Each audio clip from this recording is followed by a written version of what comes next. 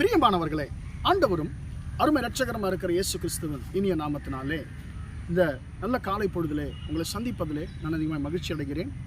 இந்த நாள் முழுவதுமாக நீங்கள் செய்கிற எல்லா காரியத்திலையும் கர்த்தருடைய கரம் உங்களோடு கூட இருந்து உங்களை ஆசீர்வதிப்பதாக.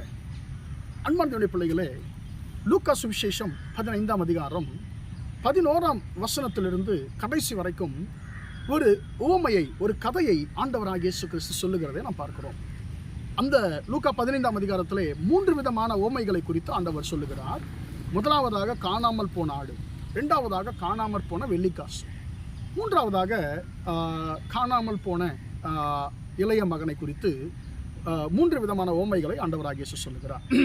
அன்பார்ந்த பிள்ளைகளே, முதல் சொல்லப்பட்ட அந்த 2 உவமைகளை பார்க்கும் பொழுது, ஒன்று உயிருள்ளது 5 அறிவுள்ளதான மிருகம், அதை மேய்ப்பனே தேடி போனார்.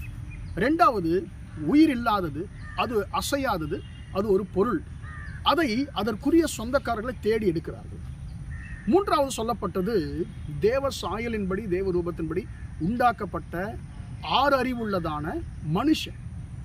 இந்த மனுஷன் என்ன செய்கிறான்னு சொன்னால், தகப்பனுடைய வீட்டை விட்டு அவன் தூரமாய் போகிறான். தகப்பனிடத்தில் தன்னுடைய ஆஸ்தியை பிரித்து கொண்டு தகப்பனை விட்டு தூரமாய் போகிறான். அன்பார்ந்த பிள்ளைகளே, தகப்பனோடு கூட இருக்கிற வரைக்கும் அவனுக்கு ஒரு குறையும் இல்லை, ஒரு பிரச்சனையும் இல்லை. ஆனால் அவன் என்ன நினைக்கிறான் என்று சொன்னால், தகப்பன் என்னுடைய சுதந்திரத்திற்கு தடையாக இருக்கிறார் என்று சொல்லி அவன் நினைத்திருப்பான் போல் இருக்கிறது. எனவே எனக்கு அன்பான தேவனுடைய பிள்ளைகளே, தகப்பனை விட்டு தூரமாய் போகிறான். அன்பான தேவனுடைய பிள்ளைகளே, தகப்பனோடு கூட இருந்த வரைக்கும் தகப்பனுடைய அருமை அவனுக்கு தெரியலை.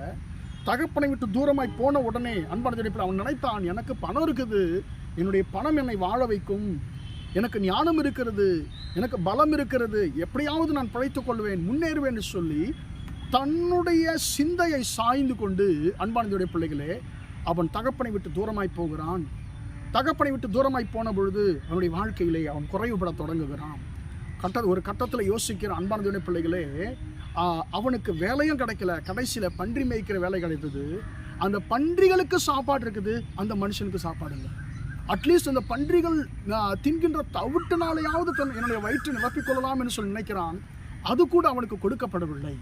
அப்பொழுது அவனுக்கு புத்தி தெளிந்த போது என்று சொல்லி வசனம் சொல்லுகிறது. 18ஆம் வசனம் சொல்லுகிறது. லூக்கா 11:18 லூக்கா அந்த வசனத்தை நம்ம வாசிக்கிறோம். லூக்கா 15ஆம் அதிகாரத்தில் 18ஆம் வசனம் இப்படியாக சொல்லுகிறது, அவனுக்கு புத்தி தெளிந்த போது. புத்தி இப்பொழுது தெளிவு உண்டாகும். எப்போ புத்தி தெளிவு உண்டாகுதுன்னு சொன்னால், எல்லாவற்றையும் இழந்து நிர்கதியாய் நிற்கிறதான சூழ்நிலையில் அந்த மனுஷனுக்கு புத்தி தெளிவு உண்டாகிறது. அவன் நினைக்கிறான், என்னுடைய தகப்பனுடைய கூலிக்காரில் எத்தனையோ பேருக்கு பூர்ணமான சாப்பாடு இருக்குது, பூர்த்தியான சாப்பாடு இருக்குது, நானும் பசியில் சாகிறேன். இனிமேலும் நான் என் தகப்பனை விட்டு நான் தூரமாய் நான் இருக்க மாட்டேன். என் தகப்படத்தில் போய் தகப்பனை நான் மன்னிச்சிருங்கன்னு சொல்லி நான் மன்னிப்பு கேட்பேன். பரலோகத்திற்கு விரோதமாக உமக்கு முன்பாக நான் பாவம் செய்தேன். ஆண்டவரே, இனி நான் தகப்பனே, இனி உம்முடைய குமாரன் சொல்லக்கூடிய தகுதியை நான் இழந்து விட்டேன், உம்முடைய கூலிக்காரனை என்னை வைத்துக்கொள்ளும் என்று சொல்லி அன்பானதுடைய பிள்ளைகளே அவன் தகப்பனத்தில் மன்னிப்பு கேட்கிறான். மன்னிப்பு கேட்டு என்ன செய்கிறான்னு சொன்னால், எனக்கு அன்பானதுடைய பிள்ளைகளே, தகப்படத்தில் போகிறான். இப்போ என்ன நடக்குது அன்பானதுடைய பிள்ளைகளே, தகப்பன் ஓடி வந்து அவன் கழுத்தை கட்டி கொண்டு அவனை முத்தம் செய்கிறான்.